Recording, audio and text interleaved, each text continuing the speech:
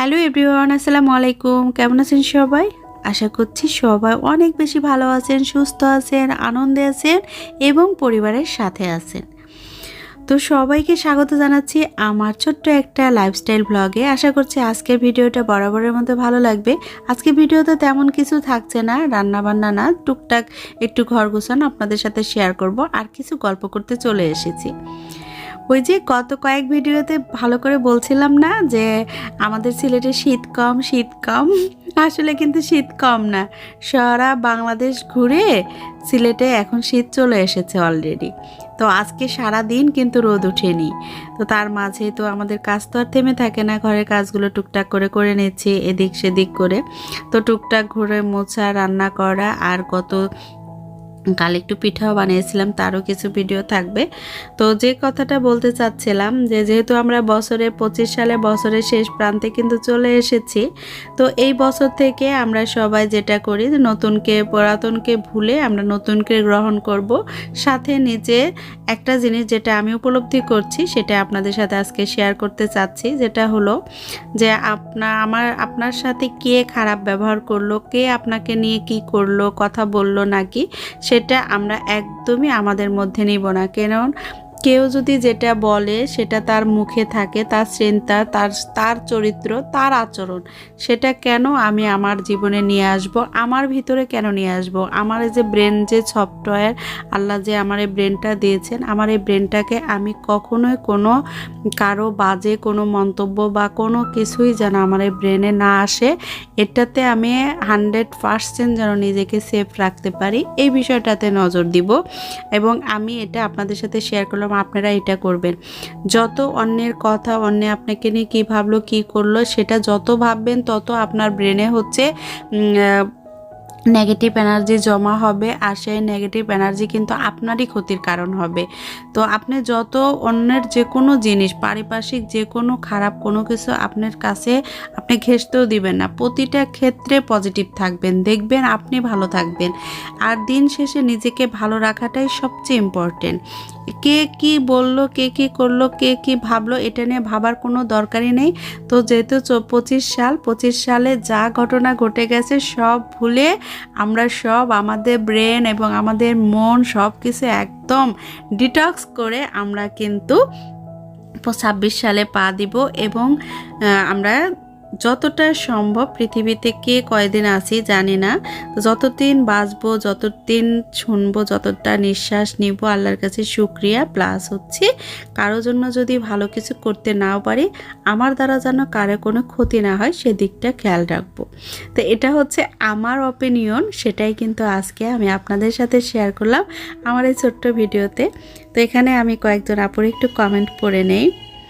যেমন এই যে মন্তাহার আম্মু লাইফস্টাইল ব্লগ থেকে আপু লিখেছে, আপু আপনার কমফোর্টার বেডশিট অনেক বেশি ভালো লাগলো। থ্যাংক ইউ আপু। এই কমফোর্টার বেডশিট কিন্তু আমার পেজে অ্যাভেলেবল আছে, আপনারা চাইলে নিতে পারবেন। আর আপু আপনাকে অসংখ্য ধন্যবাদ, আপনি কিন্তু প্রতিনিয়ত আমার প্রতিটা ভিডিও দেখেন এবং সুন্দর সুন্দর কমেন্ট করেন, সেজন্য আপনাকে অসংখ্য অসংখ্য ধন্যবাদ। আর আজকে আরেকজন আপুর কথা বলছি, রেহানা হাওলাদার আইডি থেকে। মাশাল্লাহ আপু, খুব সুন্দর করে চুলাটা মুছে নিলা আপু। এই যে রেহানা আপুটাও নিয়মিত আমার ব্লগ দেখেন এবং সুন্দর সুন্দর কমেন্ট করেন। তারপরে হীরা খান আইডি থেকে হীরা আপু তো রেগুলার, ওনার মা মারা যাওয়ার পরেও কিন্তু কয়েকদিন পর থেকে উনি দেখেছি আমার ভিডিও দেখেন এবং কমেন্ট করেন। হীরা আপু, তোমার জন্য অনেক অনেক দোয়া এবং কালাম্মার জন্য মাগফিরাত কামনা করছি। তো এই যে আপুদের নামগুলো বললাম, তারপরে এই যে taste and tales with Salma আপু, আর ফারিয়া ফ্যামিলি ব্লগ থেকে ফারিয়া, আমার ফারুসোনা। তো এই যে আপুরা আমি যাদের নাম বললাম, আজকে যারা আমার ভিডিও দেখছেন, আপনাদের কাছে আমার রিকোয়েস্ট থাকবে এইসব চ্যানেলগুলো আপনারা কিন্তু ঘুরে আসতে পারেন, এদের ভিডিওগুলো এত ভালো লাগে। জ্যোৎস্না কাজল খান আইডির জ্যোৎস্না আপু, আমার প্রিয় আপুর কয়েকদিন আগে বার্থডে গেছে।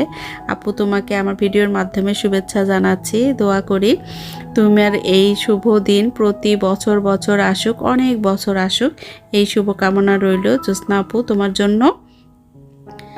আর এখন একটা কমেন্ট পড়ে নিচ্ছে, এটা আমার এক বোনের কমেন্ট। কে মোসাম্মদ লিপি আইডি থেকে লিখেছে, আর লিপি আপু কে বললো তোমার কিচেনে সুন্দর জিনিস নেই? মাশাল্লাহ, অনেক কিউট কিউট জিনিস কিচেন সহ তোমার পুরো সংসার জুড়েই আছে। তোমার কিচেনটা বেশ পরিষ্কার এবং গোছানো, আমার দেখে সত্যি অনেক বেশি ভালো লেগেছে, ভালো থেকো। তো লিপি আপু আপনাকে অসংখ্য ধন্যবাদ এত সুন্দর একটা কমেন্ট করার জন্য। আর আসলে আমার বলেছি যে আমার কিচেনে বেশি কিছু নাই, আসলে কিন্তু তেমন কিছু নাই, তারপরে যে তোমার এই সামান্য কিছু যে তোমার ভালো লেগেছে এটা শুনে সত্যি আমি আজকে খুবই আনন্দিত। আসলে এত সুন্দর সুন্দর ভালোবাসা এবং কমেন্টের কারণে না আমরা এই যে ক্ষুদ্র যারা মানুষ একদমই মানে কি বলবো নিম্ন মধ্যবিত্ত ফ্যামিলি থেকে আমরা যে এত সুন্দর করে কথা বলা, মানুষের মাঝে সুন্দর করে একটা ভিডিও প্রেজেন্ট করার সাহসটা কিন্তু আপনাদের এই সুন্দর সুন্দর কমেন্টের কারণেই করার সাহস পাই। এরকম ভালোবাসা দিয়ে যাবেন, আর প্রতিনিয়ত মানে এভাবে যদি ভালোবাসা দিয়ে যান নেক্সটে আরও সুন্দর সুন্দর ভিডিও আপনাদের হয়তো প্রেজেন্ট করতে পারবো। লিপি আপু তোমাকে অসংখ্য ধন্যবাদ এত সুন্দর একটা কমেন্ট করার জন্য। আইভি সিম্বল কুকিং থেকে আইভি আপু তো এত মজার করে কমেন্ট করতে পারে, আর ওনার হাতের রান্না তো কি বলবো। মনে হয় কোনো একটা দিন আইভি আপুর বাসায় চলে যাব আইভি আপুর রান্না খাওয়ার জন্য। আপুর প্রতিটা জিনিস, বিশেষ করে ভর্তা আইটেমগুলো যে দেখে আমার তো খুবই খেতে ইচ্ছা করে। তো হিরাজ গুড লাইফ থেকে হীরা লিখেছে, থ্যাংক ইউ সো মাচ আপি, সত্যি আমার অনেক পছন্দ হয়েছে তোমার রান্নার।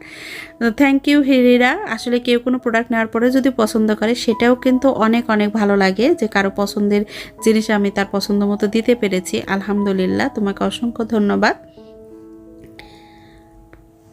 তো এই ছিল আজকে আমার ভিডিওতে কথা বলা, আমার কিছু বলা এবং আপুদের কমেন্ট একটু পড়ে নিলাম। আপনাদের কেমন লাগলো অবশ্যই কমেন্ট করে জানাবেন। আর এটা হচ্ছে বিকেলবেলা হচ্ছে পিঠা তৈরি করেছিলাম, দুধ পিঠা, দুধকুলি পিঠা আর ভাপা পিঠার জন্য রেডি করে রেখেছি। এগুলা হচ্ছে আমার ফুপু আসবে, তো ফুপু আসার পরে আমি একটু খাওয়াবো, মানে গরম গরম করে। এদিকে গরুর মাংস আর হচ্ছে খিচুড়ি রান্না করেছি, সাথে হচ্ছে বেগুন ভাজি হবে, আলু ভাজি, তো সালাদ। এটাই হচ্ছে আজকে রাত্রের খাবার। আর এই যে আমার তোজো সোনা কোথায় বসে পানি খাচ্ছে খেয়াল করেন, ইয়ার উপরে ফ্রিজের উপর বসে আছে, পানি খাবে। ওখান থেকে মা করতেছিল, পানি দেখালাম, এই যে পানি খাচ্ছে। এটাই হচ্ছে আমার ছেলে, আর ওর বিছানাটা একটু দেখিয়ে দিচ্ছি। আর বাইরে আজকে সারাদিন ঠান্ডা, ওকে বারবার পোশাক পরিয়ে দিচ্ছি, ও একদমই পোশাক পরে থাকতে চায় না। লোমগুলা কিন্তু একদম মানে খারাপ হয়ে গেছে মানে শীতের কারণে, তারপরেও সে পোশাক পরবে না। ওকে ঘুম পাড়ানো হয় যে কম্বলের ভিতরে ঢুকে যাচ্ছে ঠিক আছে, কিন্তু ওকে পোশাক পরানো যাচ্ছে না কোনোভাবেই। ততক্ষণ পর্যন্ত যদি আমার ভিডিও দেখে থাকেন, আশা করছি কোনো অংশ আপনাদের ভালো লেগেছে। আপনারা অবশ্যই আমার সাথে থাকবেন এবং 26 সালের শুভেচ্ছা দিয়ে আজকের মতো ভিডিওটা এখানে শেষ করছি। একটু দেখেন বাইরে কি ঠান্ডা, আজকে সারাদিনে এক বিন্দু রোদ ওঠেনি, যেটা সিলেটে কিন্তু খুব কম হয়, হাজার শীত আসলেও খুব কম হয়, দিনে একবার হলেও মানে রোদ উঠে। আজকে কিন্তু কোনো রোদ ওঠেনি, তার মানে ঢাকার শীত অনেকটাই আমাদের এদিকে চলে এসেছে। প্রবাসীর বউ মিম আইডি থেকে মিম লিখেছে যে সিলেটে শীত নাই, চলে আসতেছি সিলেট। মিম তোমাকে স্বাগতম জানাচ্ছি, সিলেট চলে আসো। সিলেটে তুমি আসার আগে দেখো শীতও চলে আসছে, তা আসো, মজার পিঠে খাওয়া যাবে, আসো শীতে। তাই তো এখন লাগিয়ে দিলাম সব কিছু, একটু রেস্টে নেব, কম্বলের ভিতরে ঢুকবো। তো সবাই ভালো থাকুন। এটা হচ্ছে তোজোর কম্বল, তোজো এখন এর ভিতরে ঘুমাবে, তো ওর বিছানাটা ঠিক করে দিয়ে আমি একটু কম্বলের ভিতরে যাব।